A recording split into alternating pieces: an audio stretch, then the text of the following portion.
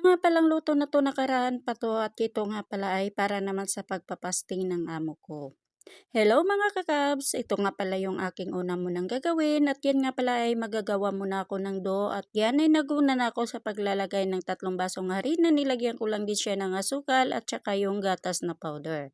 At sinunod ko na rin yung yogurt at saka vanilla at saka itlog. At yan naman ay lagyan ko lang din siya ng kaunting asin at syempre hindi rin nawawala yung ating yes dyan para naman sa ating pagpapatubo at saka yung baking.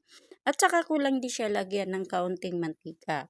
At pagkatapos naman ng aking pagmi-mix dyan, bali nga pala hindi ako gumamit ng mixer, bali nga pala ay minamano ko lang sa aking paggagawa dyan.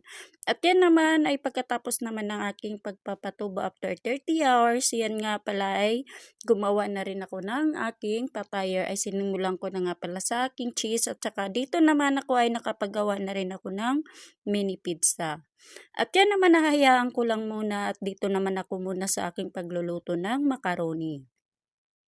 Ayan nga pala, ay nilagyan ko lang din siya ng mantika at una ko namang gagawin ay magigisa muna ako ng sibuyas at lagyan ko lang din siya ng kaunting asin at saka yung atin namang manok na ating panghalo sa ating macaroni na ating lulutuin.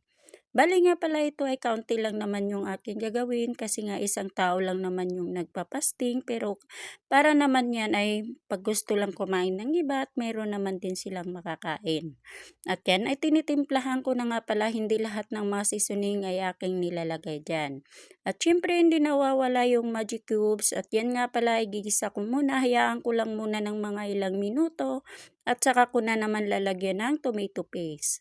Yan nga lang pala yung aking pagluluto dyan. Ay nasama pa nga pala yung tomato paste kasi nga ang gulo-gulo kasi may bata nga pala dyan sa likuran ko. Lagi kalabit ng kalabit sa akin habang ako ay nagluluto.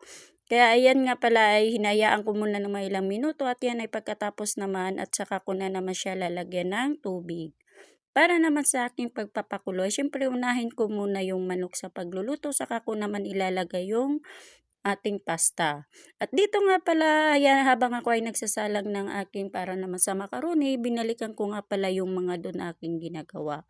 At syempre naman, para naman ay hindi masasayang yung oras natin, at saka ko naman inasikaso yung mga mini pizza, at nilagyan ko na nga pala siya ng mga pang-ano sa ibabaw, at saka ko naman siya lalagyan ng mozzarella cheese para naman ay akin na rin yan i-oven.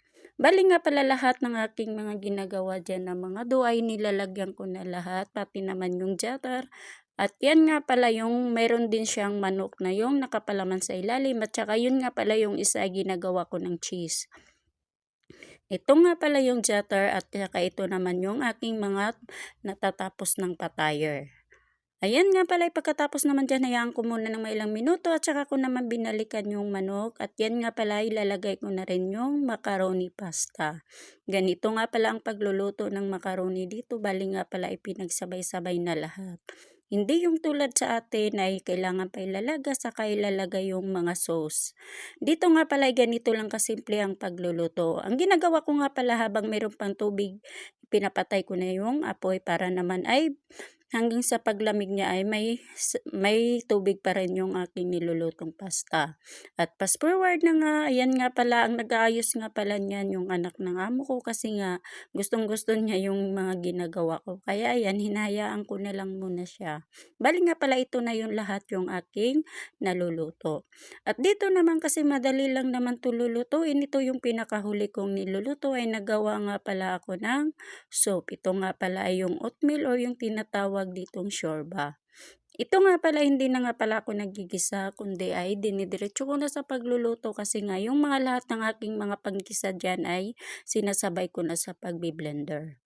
Ayan nga pala, habang nga pala ako ay naghahalo-halo niyan kasi kailangan talaga siyang halo-haluin hanggang sa maluto kasi mabilis lang naman yung pagkaluto niyan.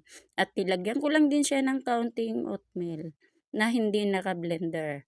At yan na nga pala yung aking pagluluto niyan. Bali nga pala sa part na to ay luto na nga pala